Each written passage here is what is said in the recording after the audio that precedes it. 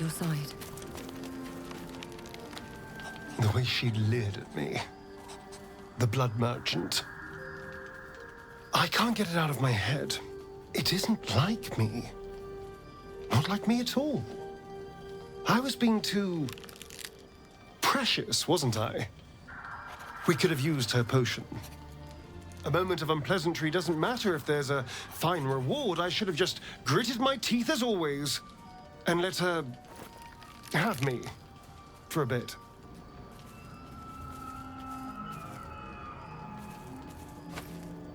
There's nothing more desirable in the world than a vampire, is there? Having been through all I have, you damn well are going to fight with what few assets the gods give you. But a part of me feels sick when I think about getting on my back for breadcrumbs again.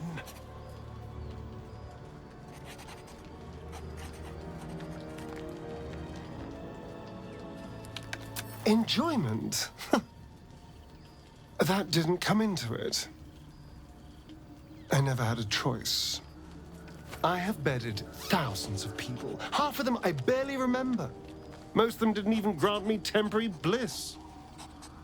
It should have been so easy to let the drow use me for her fantasy, but perhaps, you showed me I have enough strength. I don't need to.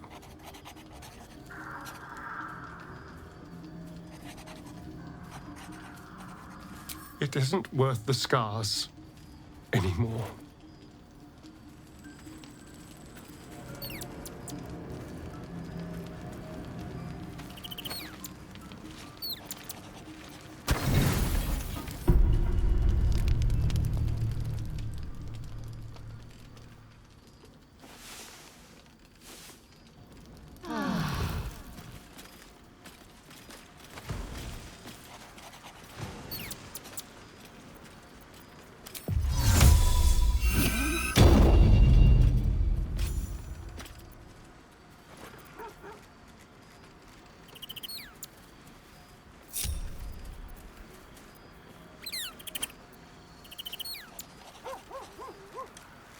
On my way.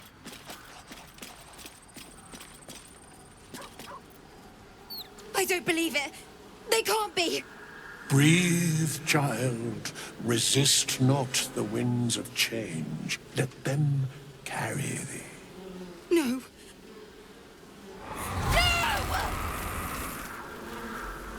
Listen. Dost thou not hear it? Where creation meets ruin, where morning meets midnight, the root of all being. Balance. They're dead. I can't. Balance. Your very soul is tangled in shadow. Arabella's magic, wild as cursed briar. Her talent is now yours, too. The girl must learn the ways of the arcane, but she shan't remain here.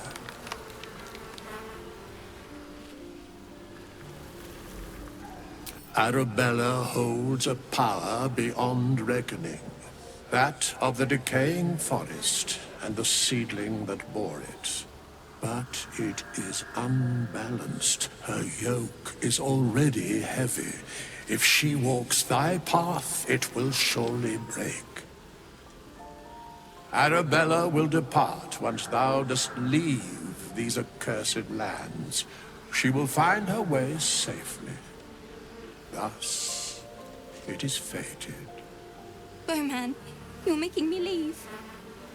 Fear not, girl. The weave knows thy purpose. It will guide thee, if thou dost listen.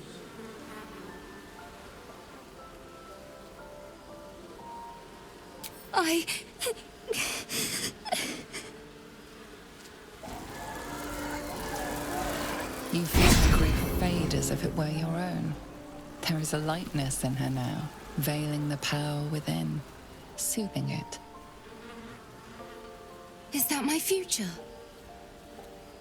Is that why they died? It is. It's wonderful. Thank you, Bowman, for being nice. If there are people like you around, perhaps everything will be all right.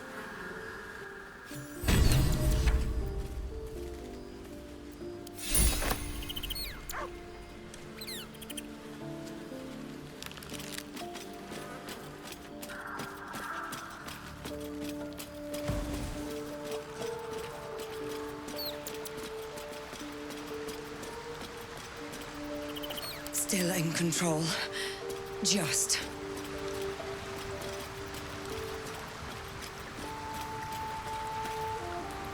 You wish to consult me?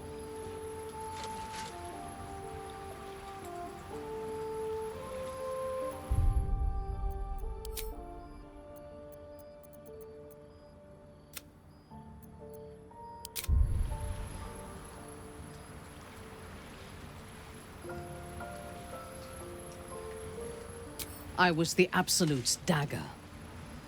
I remember every throat that it held me to, and every drop of blood it forced me to spill. I take no responsibility for the lives I took. I did nothing in the Absolute's name. I was merely a weapon that it wielded.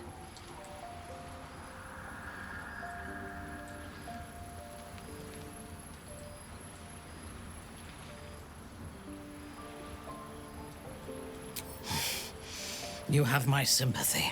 The tadpole. The Absolute. They work together like a drug. I did not feel I was compelled to act against my will. I felt ecstatic to serve. Every action seemed a deliberate choice. The best choice.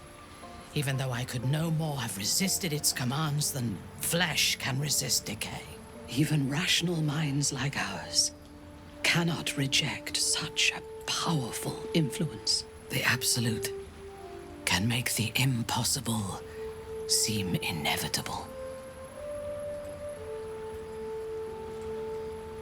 I fought at his side once, shortly after my conversion. Before the battle, he was everything a general should be. A charismatic leader with a brilliant strategic mind. And when the fighting began, he led his troops from the front and cut through the enemy like a scythe through stalks. Blows and arrows rained down on him, and before long, his face was a mask of blood. But he did not fall. He did not even falter. When we won the day, Ketheric's armor was bent and shattered, but his flesh was unmarked.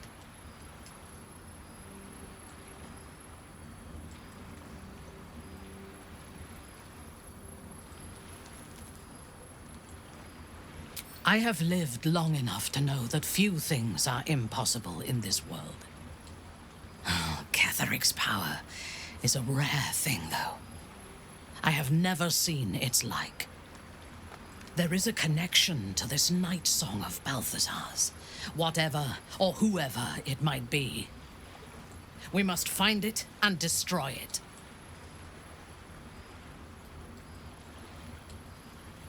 I took up my oath long ago, when I swore bloody vengeance against any who defied Lolth. Now, I myself have sinned against the Spider Queen. Though my faith is shattered, my oath endures.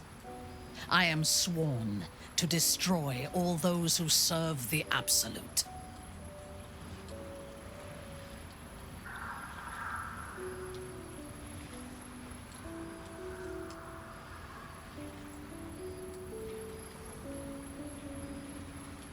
When I have had my vengeance on the cult, I do not know if my oath will still hold. I do know that when I take the Absolute's power, I will not lose control of it as our enemies have. I will harness it to create a more perfect world. Any who object to the laws of that world will have no place in it, of course, and I will gladly eradicate them.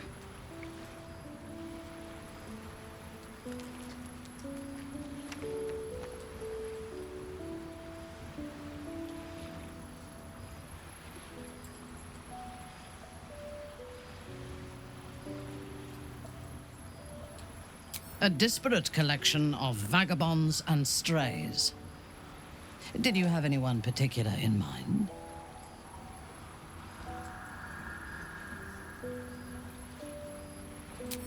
She is tolerable, but her faith in the Lady of Loss is poisonous.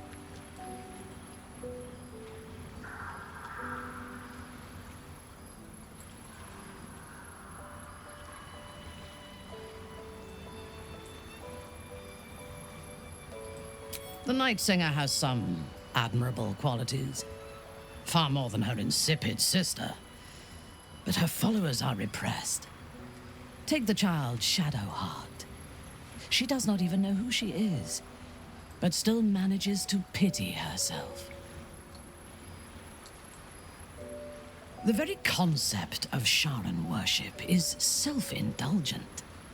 They would have you think every whispered word and hidden thought is of value, but it is not so.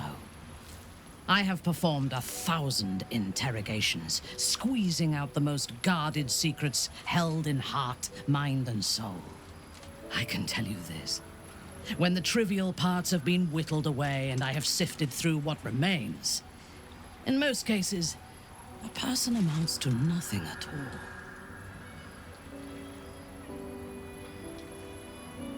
He's been deprived of freedom and strong blood for so long that he is addicted to both. While those addictions have their hold on him, he is still a slave.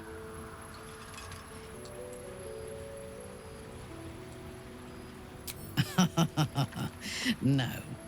He is well aware that I would exsanguinate him entirely if he flashed his fangs at me.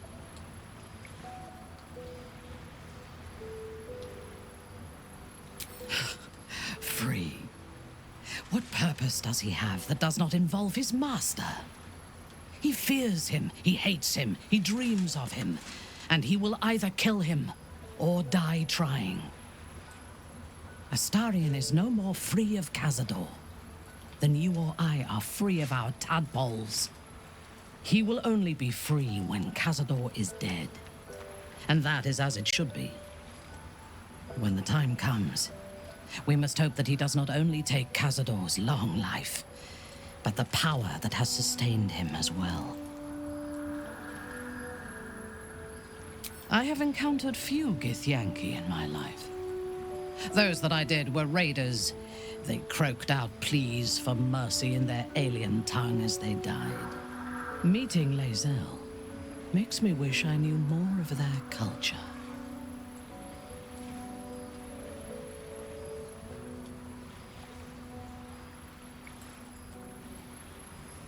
I did. She told me that she has nothing to teach that cannot be learned through observation of her prowess in combat. Perhaps she is right. She certainly cuts a striking figure in battle. There is a precision to her ferocity that I admire.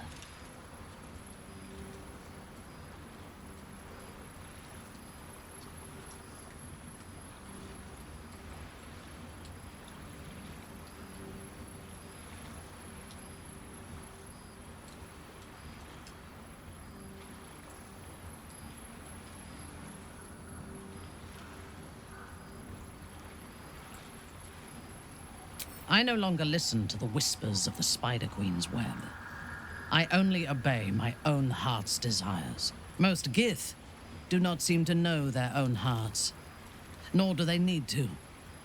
They have strict hierarchies and commitment to a single cause. Some, like Lae'zel, question that cause. But even so, she retains the discipline of her training.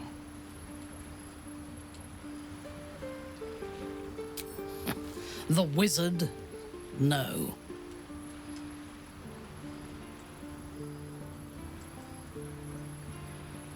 It is pointless. In my experience, the moment they leave their libraries, wizards have the life expectancy of a gnome in a war. Either the enemy recognizes they are a threat and kills them swiftly, or their curiosity leads them to combust while experimenting with the limits of magic. Present company excluded, of course, I'm sure you will live to a ripe old age. Gale, however, is already in a state of suspended combustion, thanks to that orb between his ribs. I suspect it is only a matter of time before he goes up in smoke.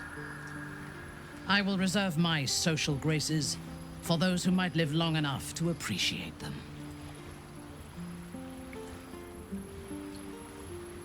He is exceedingly self-righteous. Amusing, considering he bound himself to a devil.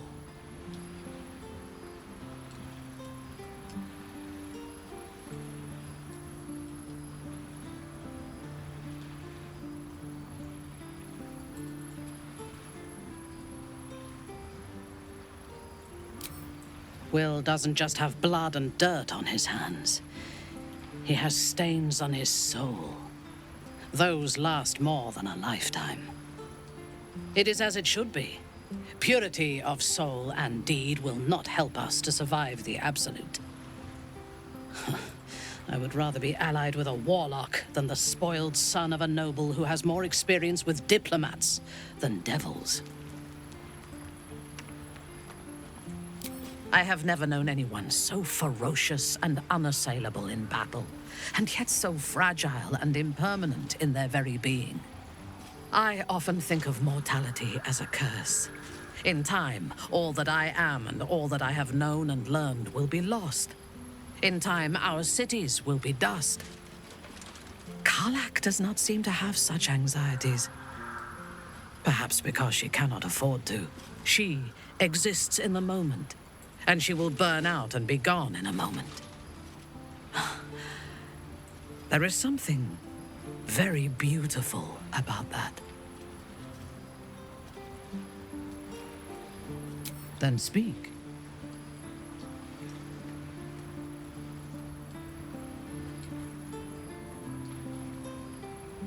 Not directly.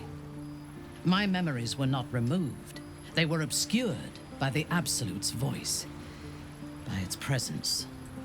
The tadpole is a conduit for that voice, not its origin. And while the prism protects us, the Absolute cannot reach us. As for the tadpoles themselves, for the moment I do not believe they are malevolent. They are incubating within our brain matter, not feeding on it.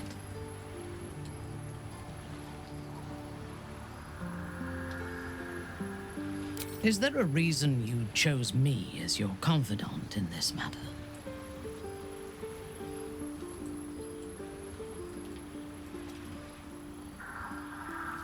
As you should. But I am not sure that I can trust you. There are those within Menzoberranzan that we call Khalith Carthan. Those driven by blood. They are the mad, lost to all reason, and subservient to nobody. Even Lolth, malicious and brutal as she is, cannot abide them. They kill, and cannot say why. So they are destroyed for the greater good. When you speak to me of yearning and urges to kill, I fear you are like them, controlled by a bloodlust that you do not comprehend.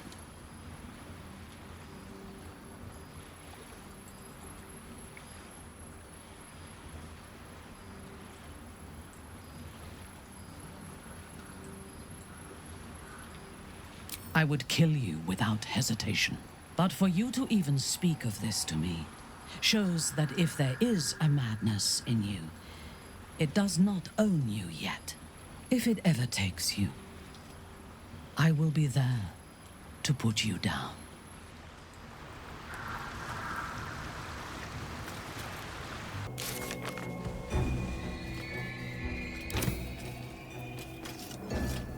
I'll give it a shot.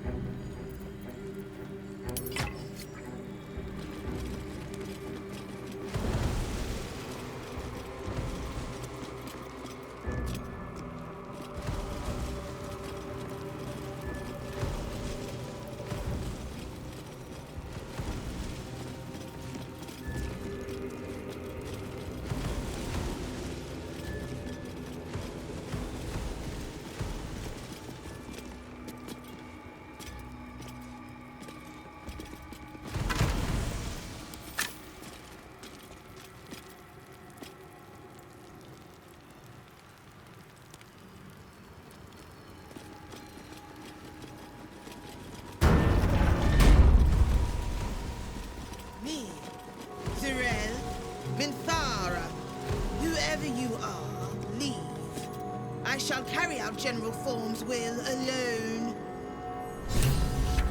Not wanted. Not needed. Leave.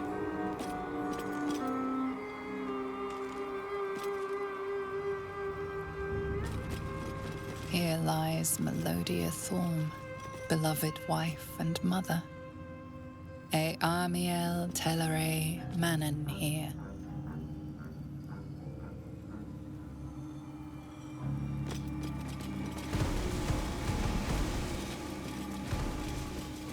Bones everywhere. Someone's been engaging in dark rituals here.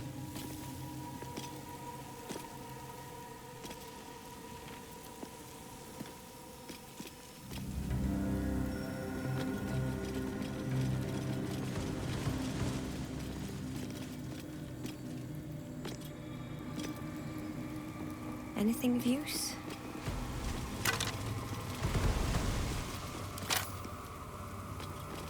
Catherick Thorm's ancestors, desecrated and arranged into foul artworks. But why?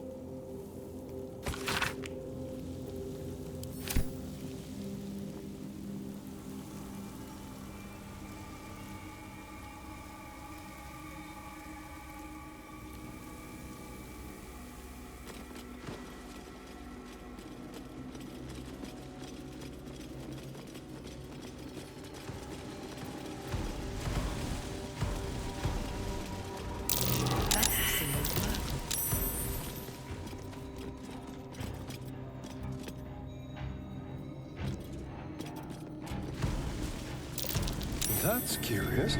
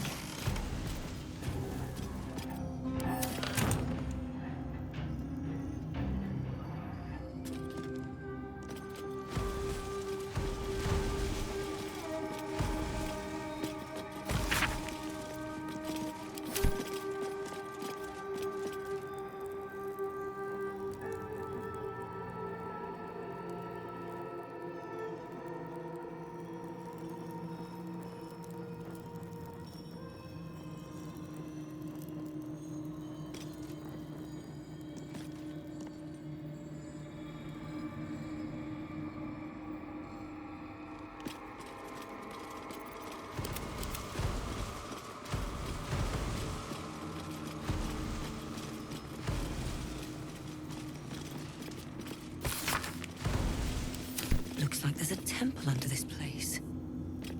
And something deadly sealed inside it.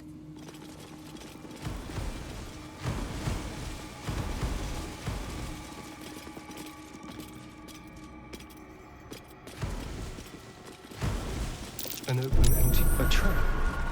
Someone doesn't like visitors.